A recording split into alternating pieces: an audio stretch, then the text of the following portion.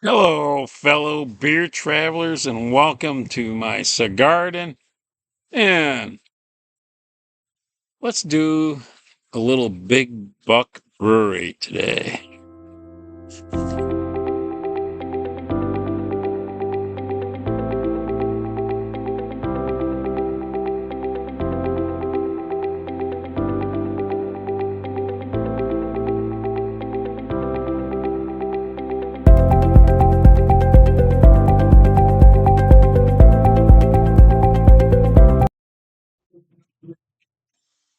Howdy, howdy, all you beer lovers, and welcome to this edition of Craft Beer and Michigan Brewery Spotlight.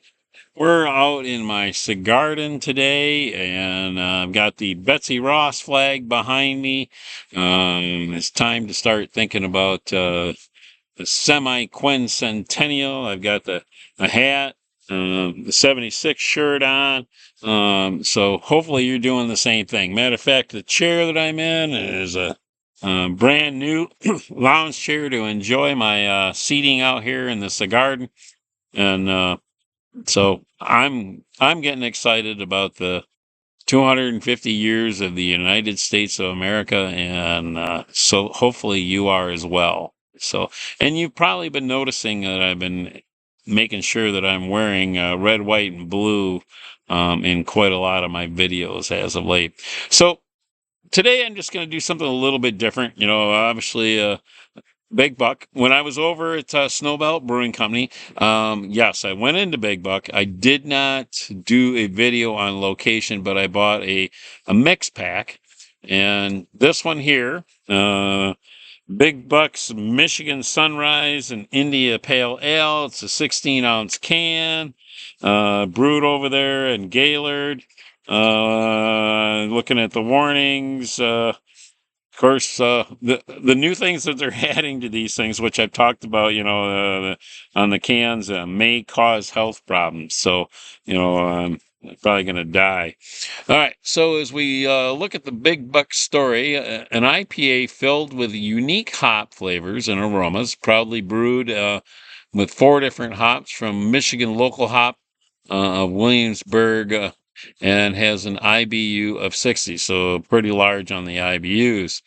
With a name like Big Buck, you know that you'll find us here. Big brews, big taste, big stuffed heads on the wall, friendly Northern Michigan attitude. It's our vision and family that when we took over and reopened the Big Buck Brewery in 2018, and I do like the new owners over there. He is very accommodating and he has the right philosophy. I really like him quite a bit. We are dedicated to bringing you the taste of Northern Michigan and the spirit with every sip. And that's what it says on the can. Let's show you what I just read. All right. So when we look at the can, nice logo all the way around. It looks really, really cool. All right. So we've got that going on. And of course, I'm out in the cigar garden, and, normally I'm smoking a cigar as I prep and all that. And I decided that I want to show you today how I light my cigar. And I want to compliment Alex from Ashton. He is my cigar mentor. Over the years, he has taught me a lot, and we just recently got to spend a little time with him at an event, a cigar dinner for the Father Fred Foundation here in local Northern Michigan. And one of the cigars that they featured at the event is the Austin VSG Virgin Sun Grown. And that's what we've got today. It's a nice big long stick. And Ashton has been very instrumental in making sure that we have really good cigars for our event, which this year's was the 25th cigar event to support the Father Fred Foundation. And it's made over $2 million for the foundation. So, all right. This has not been cut. It's not been lit. All right. So what I prefer a V cut. Okay. So when I do this, all right. So I've got the logo and I want it to be on the same side here. So we're going to do that. We take the V cut, I put it here, and I cut it. So I've got a nice little V cut. All right. So, and you can cut it off, but I've found over the years for me, I get a really better smoke from this when I do it the V cut. So when you're lighting, all right, if you've never lit a cigar before, this is the proper way, which I learned from Alex a long time ago. So you take your cigar, you light up your lighter, and you take the time to get a nice little char all around. You go around and you do a nice little char to get this thing to burn, so you don't ever get what they call, let's say, one side of it burning down. We call that a canoe. So then you take it to your mouth and you light it again. Circle, circle, breathing in and getting a really nice light. So when you look at that, this entire thing is lit up. Okay. So that's what this causes it to do. It'll burn evenly as it goes down. All right. And that's what you want. You want a really, really nice light.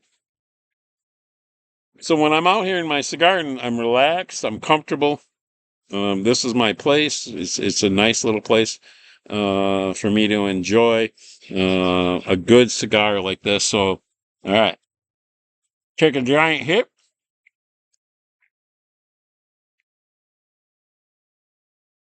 All right, we're gonna put her down.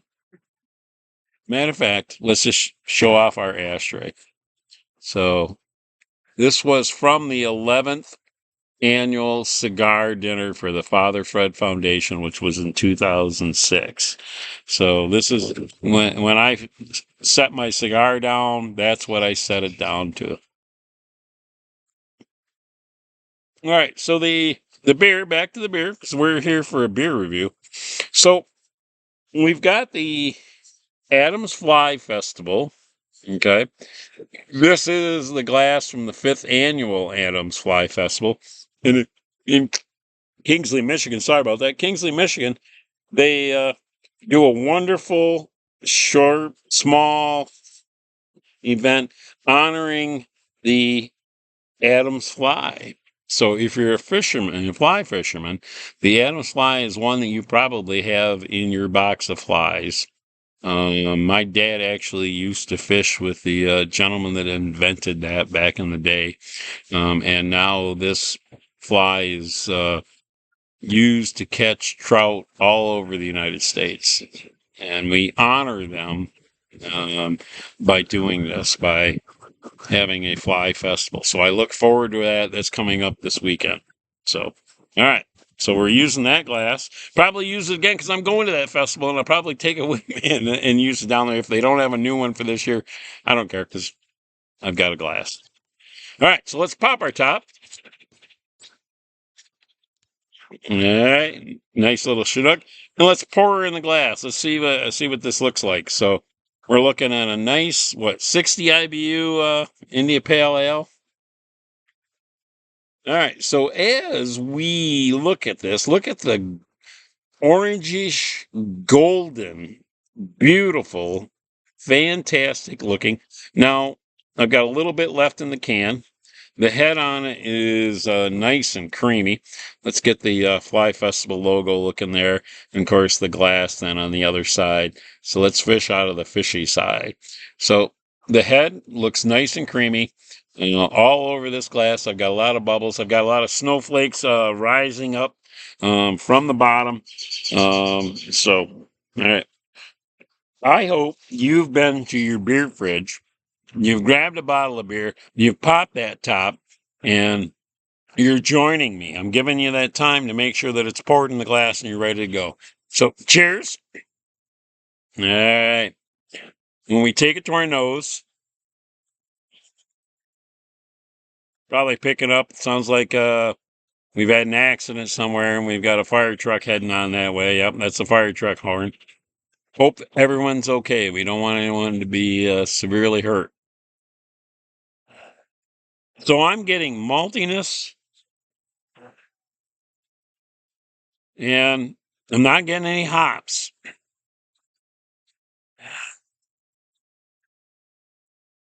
All right. Looks great. Looks great in the glass. I like the color. Cheers. It's time to take it to our lips and let's see what we get.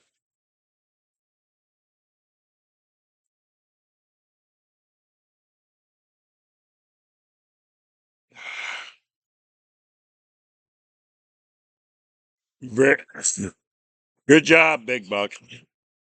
Traditional IPA. So I'm getting, sorry about this. Let's get that out of the way so we can do this, right? So, a wonderful hopness flavor to it. Not super overpowering. I'm not getting pine needles. I'm not getting that. Um, but yet a nice dryness, a nice little bitterness.